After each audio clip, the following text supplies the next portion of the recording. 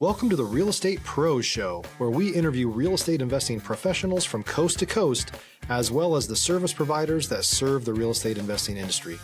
Our goal is simple: share what's working now to help you improve and scale your business to the next level and meet the pros that can help you get there. Real Estate Pros is powered by Investor Fuel, America's leader in helping real estate investors and professionals build the business you need to live the life you've always dreamed of. Let's start today's show.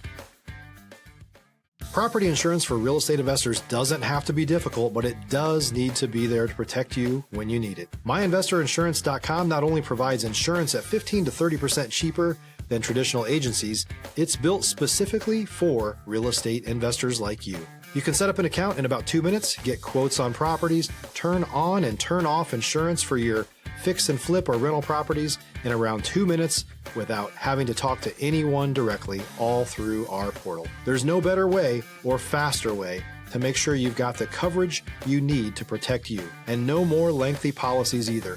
Once you're set up, you're billed monthly and prorated by the day for however long your policy is active. It's powered by MSI, the third largest independent MGA, with 1.5 million customers and more than $1 billion in cumulative premiums written. Get set up today in about 2 minutes at myinvestorinsurance.com/fuel. Hey folks, welcome back to the show. I'm your host, Dylan Silver, and today on the show I have real estate entrepreneur Jason Chrisman. Jason, welcome to the show. Dylan, thank you so much for having me. I'm excited to be on your show. I love your podcast, and I'm ready to do this. Let's do it. I always like to start off at the top by asking folks, how did you get into the real estate space? It's actually quite a funny story. I wanted to get into it about 13 years ago, but I got into it about 10 years ago. My father and my mother were in real estate. My mother owned a real estate here in New York. My dad, he was a flipper, but one property at a time, one property a year, never took it past that because he was worried about being over leveraged. So I learned a little bit from them. And when I was ready to do it, I had a lot of negativity in my ear saying, "Oh, don't do it. You're not going to make money. You're risking everything in your bank account." And I listened. I listened for 3 years. Finally, I stopped listening to people. I took the chance. I bought my first duplex here in New York. Took me about $65,000 down, but I didn't use my money. I took on a partner. My second duplex, I used my own money, and then from there on, that's the story. I got started pretty much because the negativity. I was tired of hearing it. And I knew that I could make money in something like real estate. And I was right. Where are you from in New York? I'm from northern New Jersey. I'm from Long Island, New York, in a town called Patchogue. Oh, look at this. Look at this. I tell people when I'm in Texas now, I'm in Dallas, Texas, but in northern New Jersey, we got this kind of tri-state area, Pennsylvania, New Jersey, New York, like a competition, if you will. You come down to Texas and it's like, oh my gosh, there's someone from the East Coast over here. It's like we're all simpatico over here. So it's good to be talking to someone from my neck of the woods. When I think about real estate investing in that area, it's not quite the same as it is out here. You mentioned getting in the duplexes, which I think a lot of people would say that's a great way to get in. Did you have mentorship when you were getting in? You mentioned your parents are in the business. How did those first deals come about? No, and I'll tell you why. My parents were in the business when I was younger, but they haven't been. My mother passed about 20 years ago, so I haven't had her. My father stopped buying real estate, stopped flipping real estate about 15 years ago. So I initially learned a little bit from them. But I learned by trial and error. I didn't have mentorship. I didn't have anybody guiding me. I made mistakes. I lost money. I made money. Really, the best way, in my opinion, to learn is kind of just to jump in and figure it out as you go. If you don't have mentorship, if you don't have guidance. So that's the route that I did take it. I had no mentorship, very little bit of money to start, but I got there. That first deal, do you remember that first deal? Of course. Walk us through that first deal. How'd you find it? On market, off market? What was the funding from? Yeah, it was a duplex on market. It was in turnkey, but not really brought up to today's conditions. So the down payment on the property was about 60 grand, 68 grand actually, $350,000 purchase on that property. Yeah. Immediately, and this is a while back. This is years later. Now it would cost 700,000 easily, 800,000. So and I'll tell you a story about that a little bit later as we go. When I sold them here in New York and the bankroll that I made, but I bought the property. I said, all right, I'm not going to dump any money into it. I'm going to take on a partner, which I did. It was a relative, somebody in my family. They put up the money. I ran the property.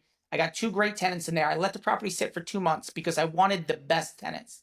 I always hear these nightmares. You get the wrong people in, Good it takes a call. year to get them out in New York. So I focused on tenants, not really building the property up more. And I got great tenants. After year one, I raised them $150 a year like clockwork. I went with the market conditions. Um, the first property wasn't horrible. The third property is what made me really think, okay, should I be a real estate investor or not? And that comes with the struggle. And we'll get to the third property in just a minute. But the first property, honestly, wasn't anything hectic. It wasn't anything crazy. I bought it, maybe paint, carpets, and that's it. We threw tenants in within 2 months, started cash flowing about $850 a month on the duplex. We did well. Was this in Long Island? Yes. Yes. So when you were finding that deal, was it like, hey, let me make a bunch of offers and let me see what I can get, or was it you Yeah. specifically like this property? No, I think at that time I probably had about 5 to 7 offers out on that time, but that was probably Hmm. my 15th offer total. I put a Mm. lot of offers in a lot of different places. And the funny thing is, two of my offers were accepted within maybe 24, 36 hours of each other. But I ended up taking this property, and I'm really glad that I did. Years later, that area blew up. That price of that property doubled. I sold those two duplexes in that area, which were a few blocks from each other, for double of what I paid for them within like 5 years. Stop living on an island and join the #1 mastermind in America for professional real estate investors. Investor Fuel is a community of hundreds of the nation's top investors working together to build stronger businesses and better lives. In addition to the amazing community of real estate investors acting as a board of advisors for one another, Investor Fuel members have access to 100% funding on purchase and repairs for our members only, a health insurance program, and benefits and discounts that more than pays for the membership of most of our members, meaning it's actually costing you money to not be a member of Investor Fuel. If you're looking to scale your business and build a business that allows you to live the life of your dreams, please visit investorfuel.com today and book a call with our team. So 850 cash flow a month and doubling in 5 years. Those are some pretty big W's there, Yeah. Jason. Yeah, they were. Yeah. So, when we think about these kind of beginning steps, I want to get granular. Now, don't give away all the gold, but I am going to ask some specific questions here, so Sure. maybe save some. But you had a bunch of offers out. You got two accepted. Mm. So are you then having to put up EMD and option money on two different properties at that No, point? no, I never do EMD. Even now, I don't do EMD. My negotiation tactic now is to come in with cash, or I'll come in with a 70/30, or I'll come in with a loan. But EMD is not really something I throw down on the properties because we will put out so many offers on so many different properties. And it's not like we're limited. We're not really in a huge demand market where real estate isn't, for sale. There is an Yeah. abundance of real estate out right now. Back then, there was still a lot of real estate out. We haven't really switched the conditions much, but I would say the biggest thing that made me choose that property is probably location. I knew that area was going to be something. About a half a mile away, properties were going up 20, 30% within months. So I knew eventually it would hit there. And do you ever know for sure? No, but it was an educated decision, and I ended up being right. Just two duplexes that we sold, we walked away with $500,000 cash. I want to dig into the no EMD. So this is kind of counterculture against the Yeah. grain. I'm a real estate agent, new real estate agent in Dallas. I'm a wholesaler. I'm really more passionate right now, at least, about the wholesale portion of it. But whenever I'm talking with realtors, they say, well, you can't. You have to do the EMD. How is anyone going to take your offer seriously? Did you get any of that pushback, and what did you do to combat that? 100%. Everybody wanted 1% down at the absolute minimum. I said no. To combat that, I came in with good terms. My terms were a very fast closing, which is important, and a short due diligence period. Most people looking at a property, depending on the size, they want 14, 15 days due diligence.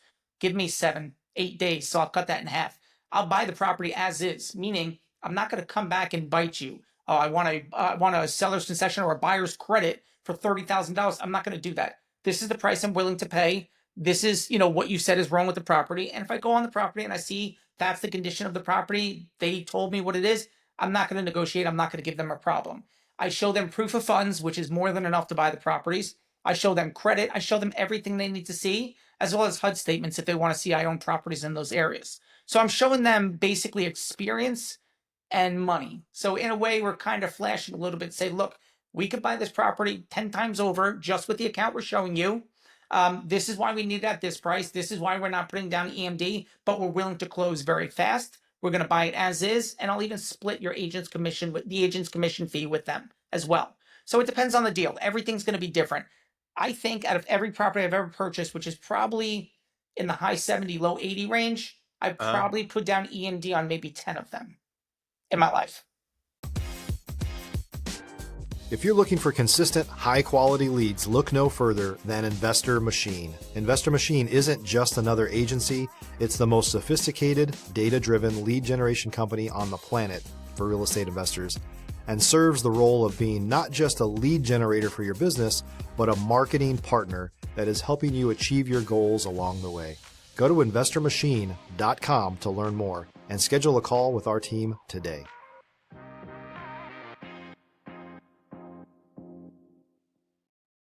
That first property, that really, it had to be a little bit of a different strategy, right? Because you didn't have the HUD statements, right? Yeah. Yeah. What was it? Was it more of you're having to do more communications with the realtor or the seller to kind of do more cajoling and convincing?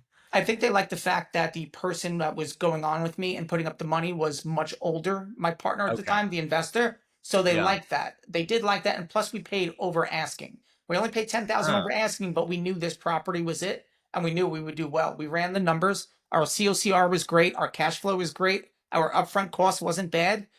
We did very well on that property, and I knew we were going to. So we were willing to overpay a little bit. $5,000-$10,000, fine. Never any more than that.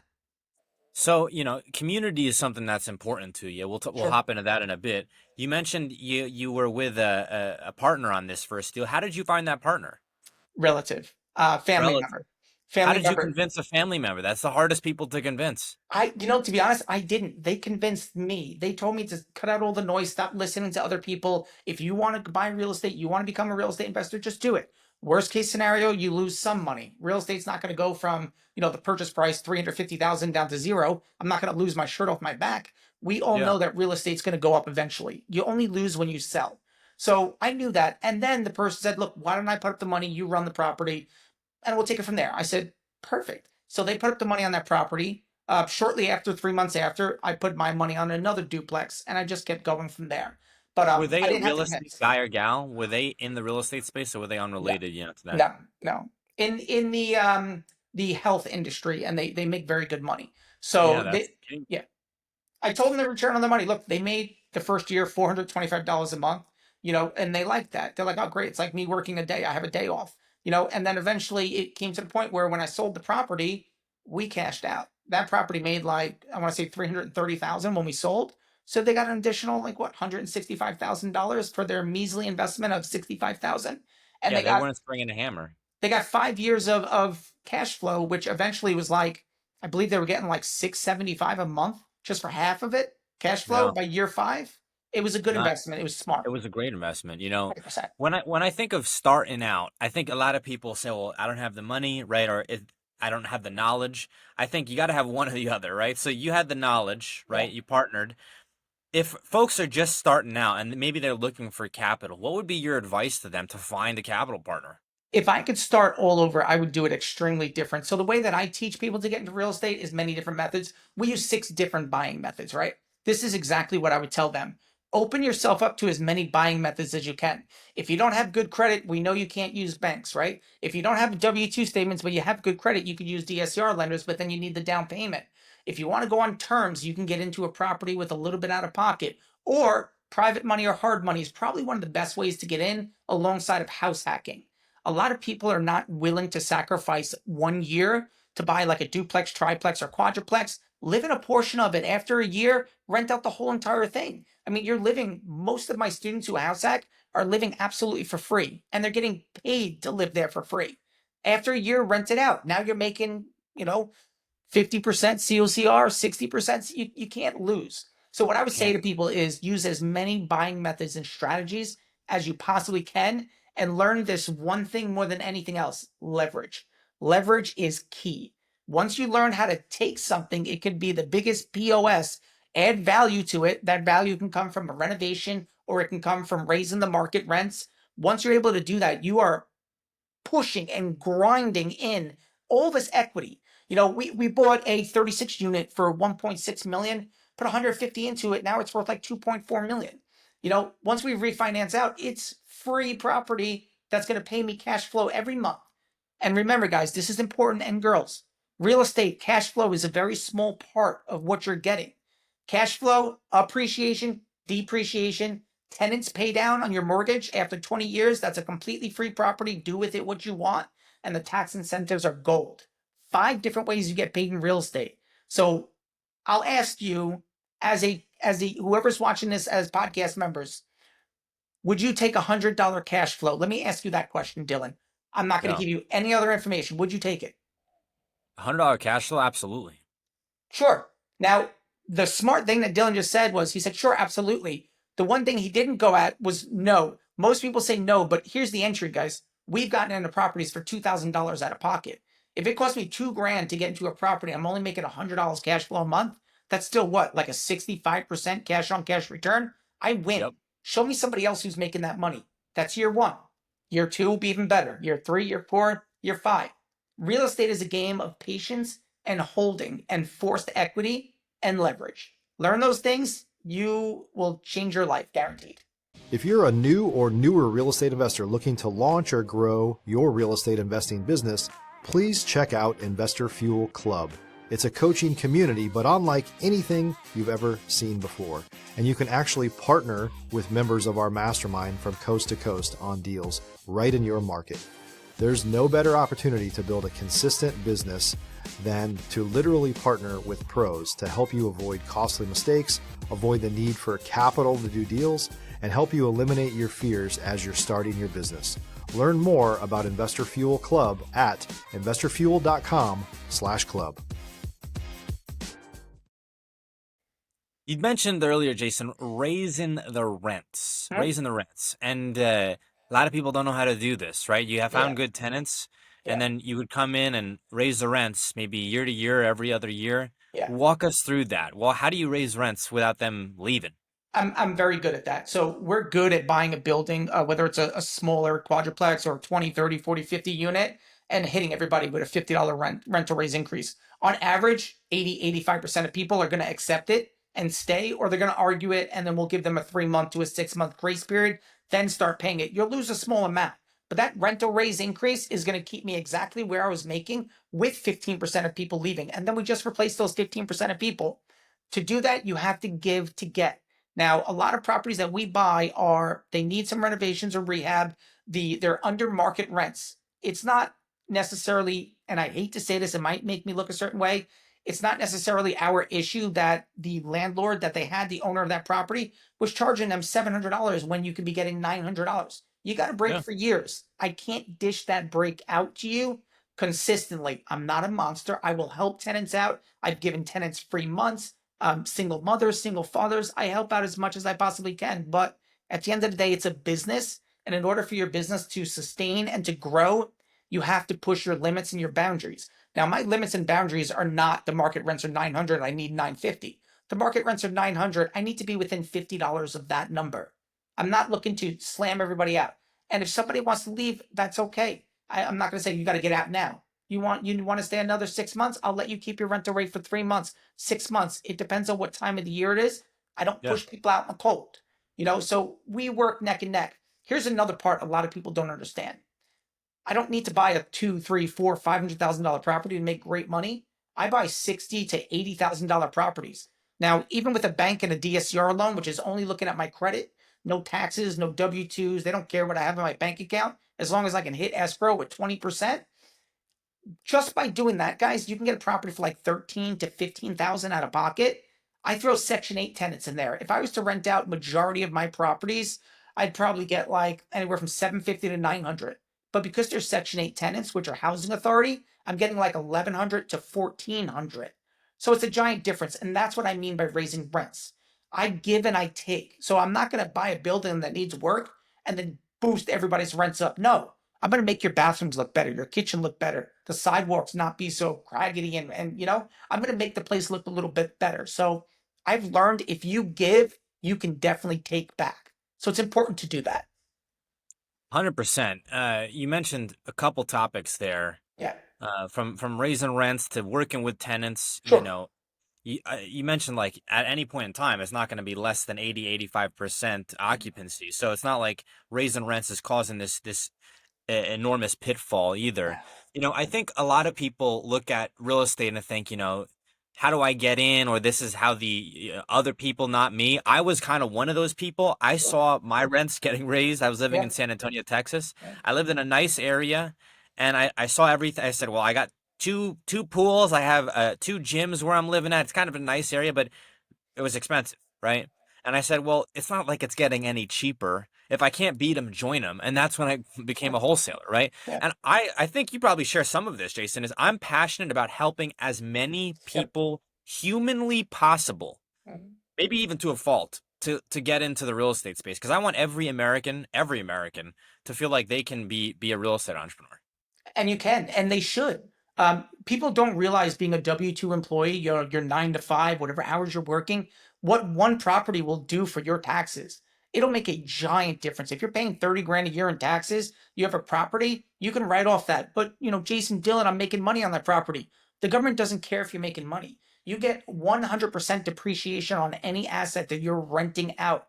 So if you buy, let's just say $100,000 property, you have 27.5 years to depreciate that property. You could do it a lot sooner if you wanted to. Let's say 1 year I got to pay $500,000. I could Yeah. depreciate 5 assets and get rid of that in a heartbeat. But the point is, $100,000, 27.5 years, that's what? $333 a month? I'm writing Yeah. off just on depreciation alone. The government needs you to buy houses to rent to people because they can't do it. So those tax incentives are beautiful. Take advantage You of know, them. I think a lot of people, I was one of these people. I couldn't believe that this was kind of a real thing. Like I'm a W-2, I work for a company, Sure. and then I open a real estate business, I'm renting out, right? And somehow I'm getting more money from my job. That doesn't make, yes, Huh? you are. You're actually Yeah. literally you're able to deduct against that. And I'm not a tax strategist, so please talk with the tax strategist. But Sure. another thing I learned is a CPA is not a tax strategist. The CPA is not an enrolled agent. So CPA, a lot of the big companies you go there, they're not like a fiduciary responsibility to save you the most money. You may end up paying money, right? Sure. But then you go to an enrolled to a completely different thing. So to your point, if you get into real estate and you have the W-2, you'll actually pay. That sounds crazy. You'll pay less in taxes on your W-2 Yep. because you'll get it back at the end of the year. Yep. Yep. And you want to hear something even crazier? I don't pay taxes. I made $450,000 last year. I don't pay taxes. I literally paid 1,000 last year. That's because I got lazy and I don't want to go back and change an answer. The way that you can do this is stop paying yourself. Okay. I own multiple businesses. I have my hands in different things. I don't take money from real estate for the last probably 3 or 4 years now. I just keep dumping it back in, dumping. I want to set my children's children up for success forever. So what we do is instead of paying ourselves, which is not smart, you want to borrow money to pay yourself. So let's say I have $15 million in real estate, right? I have $8 million in loans, $7 million in equity. A bank will easily give me a credit line for $500,000, $1 million. No problem. I have a few of them out right now. I'll take a credit line, an open-ended credit line for $500,000. If I need to pay myself $300,000 a year, that credit line will go to pay me and my business will pay that credit line back every single month. So instead of my business paying me, they're paying the credit line. I just saved like 18 to 24% a month, just in employment taxes alone. And there's many other strategies that you guys can use to save money on taxes. I'm not going to let it all go here for free, but if you want to see it, you guys will find out where to find me at the end of this. Speaking of the end of this, we actually are coming up on time here, Jason. Sure. But I do want to give you an opportunity to talk about the community that you have, and then where folks can go to get a hold of you. Sure. So our community is a little bit different than anybody else's. We have such a family fuel, sorry. We have probably about 230, 240 people in our community. We leave our Zooms under 30 people. You get into a community, you have 10,000 people there. You can't speak, you can't get heard. That hand holding doesn't happen. We are completely different. Completely across the board, 5-star reviews. We do fix and flips, buy and hold, Section 8, novations, wholesaling, you name it. We allow members to come in our community, use our buyers, which we take a little bit of, I'll be honest, but our community is only $25 a month, guys. And we're going to give you the first month for free. If you're watching this podcast right now, use code REBOX, REIBOX. Go to www.reeboks.com, put in code Reeboks, and you will get the first month on us. And then all you have to lose is $25 a month. I promise you, you will get 1,000 times what you are paying. Our software alone is $120,000. We give it for free to every single member. What you will be learning is leverage, growth, how to use other people's money, how to use 6 buying methods, and how to actually get started with little bit, a lot, or nothing. We cater to the new investor, the rookie, the veteran. We cater a little bit to everybody. So come check us out. Even if you take the first month for free, we have nothing to lose. We'll see you there. Hopefully you come. Jason, thank you so much for coming on the show here today. Sure. Dylan, thank you so much for having me. I had a blast, man. Thanks for joining us for today's Real Estate Pros Show. You can learn more about the amazing benefits of the Investor Fuel Mastermind community, including surrounding yourself with hundreds of other rock stars, 100% financing for your deals, and members-only discounts from vendors you're likely already using that, as a member of Investor Fuel, will save you more than the cost of your membership. Visit investorfuel.com to learn more. If you're interested in joining us as a guest of this show, please visit investorfuel.com/pros to apply. You can also check the show notes for access to free resources, how to get access to world-class lead generation, and much more. Don't forget to subscribe so you never miss another episode. Have a great day. We'll see you on the next show.